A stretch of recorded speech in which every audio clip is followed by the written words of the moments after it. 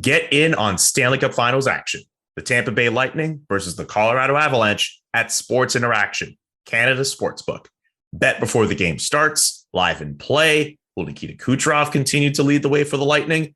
Doing it right since 1997. Sports Interaction makes it easy to deposit, play, and cash out.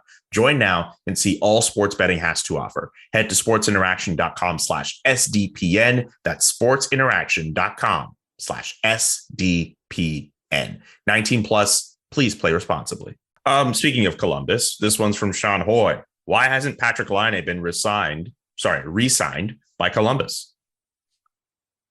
Well, he doesn't have to be yet. There's still lots of time for that. He's a restricted free agent. Obviously, he has arbitration rights potentially.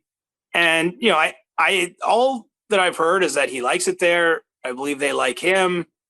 And, I don't know what that next contract looks like. I mean, really the term should be our focus because, if it's 2 or 3 or 4 or 5 or 6 years, they're buying free agent years at the end, potential UFA years.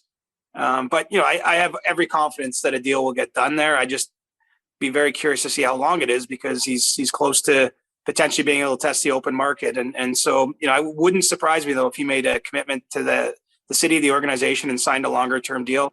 Kind of like we saw Zach Werenski do last year, right? He signed a long contract to remain a Blue Jacket. And I think, that organization has quietly done a better job of retaining talent. I know, obviously a few guys wanted to leave, whether it's Panarin, Bobrovsky, but they've also, I think, developed an interesting culture, and I could see Laine being part of the future of that.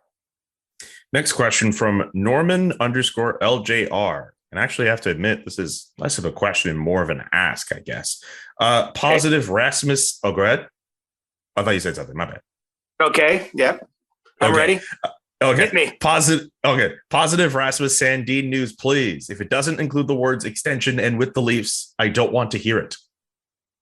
Well, look, he's on a second NHL contract coming up. So he actually has very few rights. Same with any other player coming out of entry level. The Leafs will qualify him, which will mean he remains their property by July 11th. And we'll just see where this goes.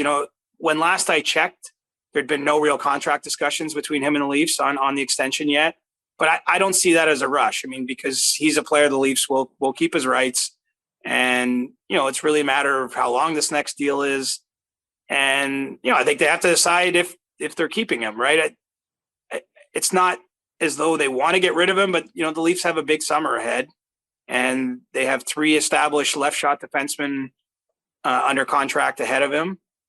And at the moment, it's Jake Muzzin, Morgan Rielly, and who am I forgetting? Oh God. I haven't used the Leafs part of my brain too long. Oh God. But yeah, wow. Yeah. Just my brain has been elsewhere, so I don't have it. We're not going to edit this. We're just going to own this. I have a total brain cramp, but I do know. Oh, good. But I think he wants to be a Leaf. I think he wants to have a healthy season. He's had 2 years in a row interrupted by injuries. Didn't get to play in the back half of this year and in the playoffs. I think he'll be back, and I think he'll be an important part of the organization. Okay, one last one for you here, Siege. Is Pittsburgh working towards bringing back Chris Letang and Evgeny Malkin? This is from R States 22 on Twitter. There have been discussions, but it's not a sure thing. I mean, you get this close to the free agency. We're under a month now, and the players aren't signed. It's tempting to at least look at the market. And I would say this applies to Letang and Malkin. I would say this applies even to Philip Forsberg. None of us thought he would leave Nashville. But here we are this close to the deadline. He's not signed an extension there. Johnny Gaudreau in Calgary, the Flames would like an answer from him.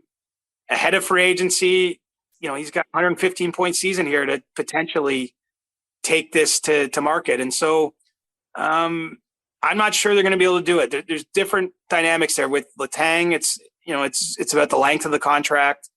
He's coming off a great year. He played second or third most minutes in the league on average per night in the regular season. Still a right-hand shot defenseman, still produces points, which are valuable things on the open market. I could see him testing the market.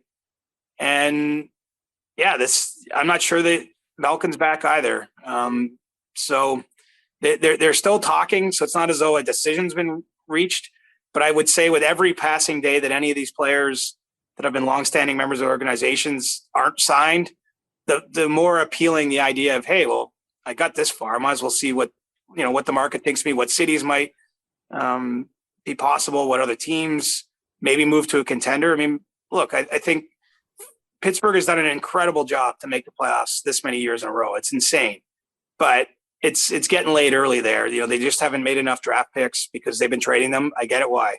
They've got 3 banners from this core of the team, that includes Malkin and Letang and Crosby hanging in the rafters there at Consol Energy Center. That's probably worth it. All things considered, it's worth all the struggle and it's worth all the draft picks and young players you forewent in the past.